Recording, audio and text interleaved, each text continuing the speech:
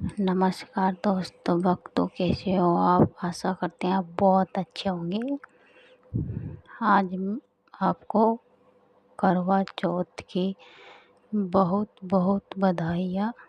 मेरी प्यारी बहनें, भाई बहनों को करवा माता आपकी हर मनोकामना पूरी करे, अपने पति की लंबी उम्र का आशीर्वाद मिले। तो आज मैं आपके लिए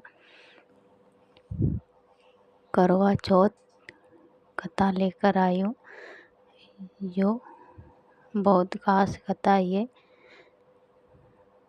उससे पहले चैनल को सब्सक्राइब ज़रूर करिएगा अगर नए हैं तो चलिए शुरू करते हैं कथा।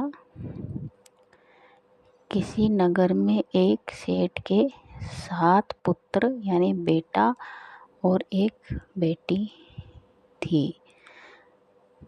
बेटी अपनी मायके आई हुई थी मिलने के लिए। उनके भाई अपनी बहन से बहुत प्यार प्रेम करते थे, लाड प्यार से रखते थे।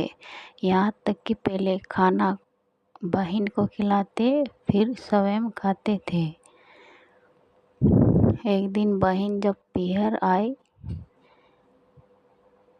तो भाई जब काम से आए घर पर तो बोला कि बहन खाना खा लो।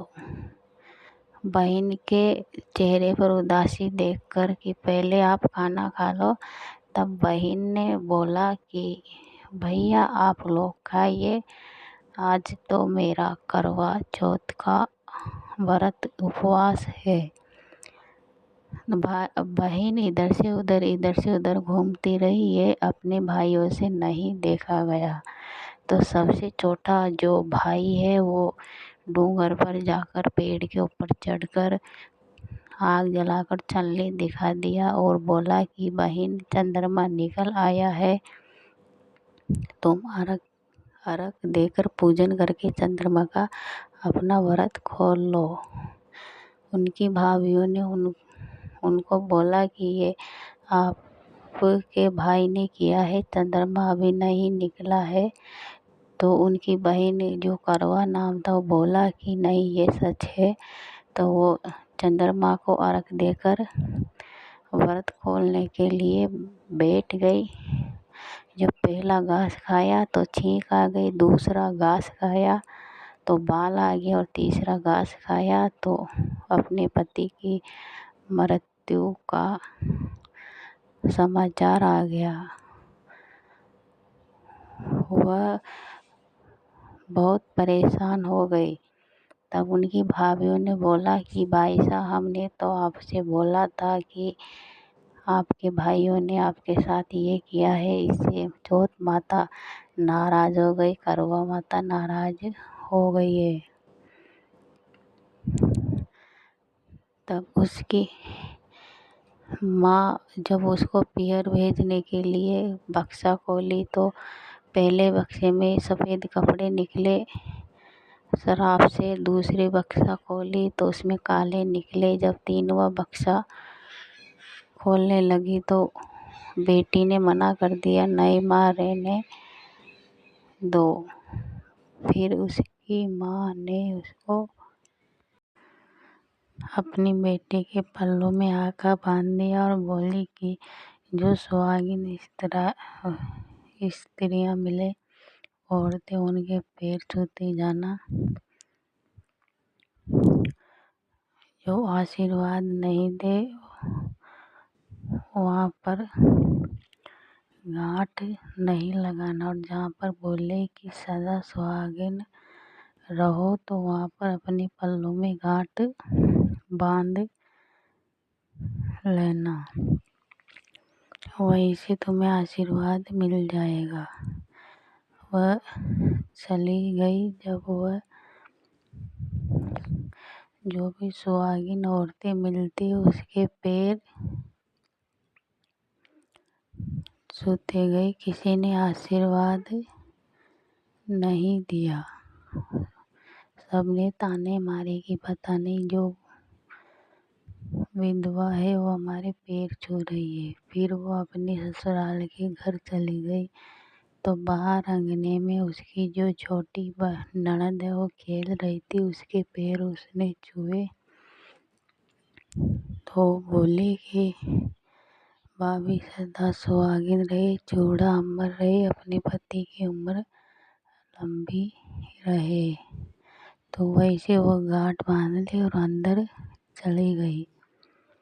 वो बोली कि मैं अपने पति का अंतिम संस्कार नहीं होने दूंगी, अपने सतीत्व की पूजा से मैं अपने पति को जीवित करके ही रहूंगी।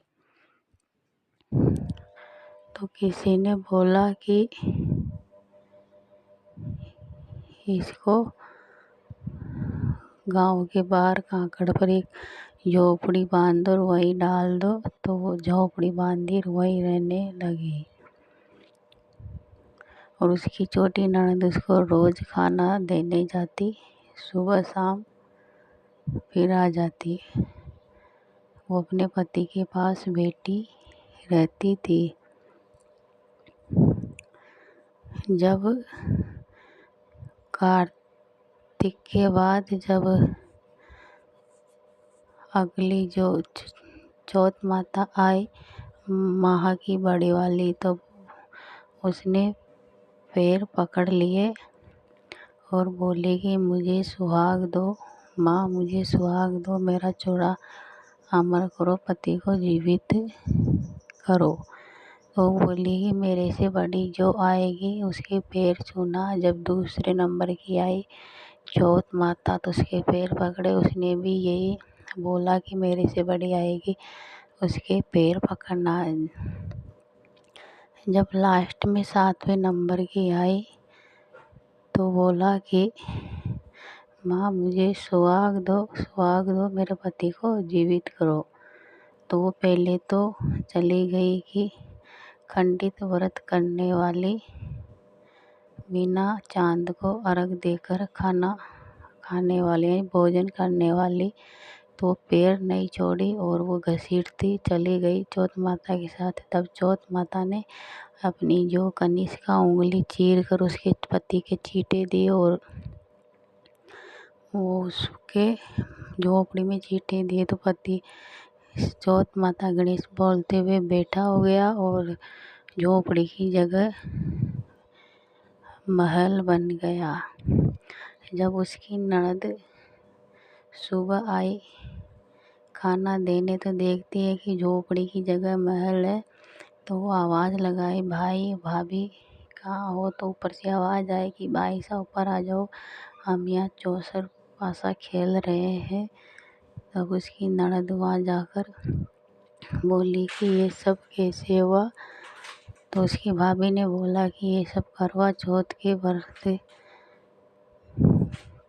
के कारण चौथ माता करवा माता की कृपा से ये सब हुआ। तो वह अपने माँ बाप को जाकर बोली कि भैया तो जीवित है और भाभी दोनों चौसर खेल रहे हैं। तो उनकी जो सास है तो वह जाकर देखती है कि वो सच में चौसर पासा खेल रहे हैं।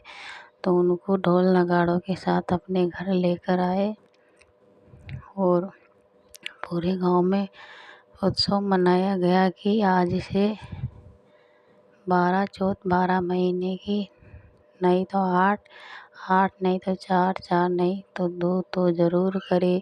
एक करवा चौथ, दूसरी तिलकुटा सकट चौथ माता का व्रत है। तभी से ये करवा चौथ का व्रत किया जाता है अपने पति की लंबी आयु के लिए। आशा करते हैं दोस्तों आपको करवा चौथ की कथा बहुत अच्छी लगी होगी। वीडियो को सब्सक्राइब ज़रूर करें।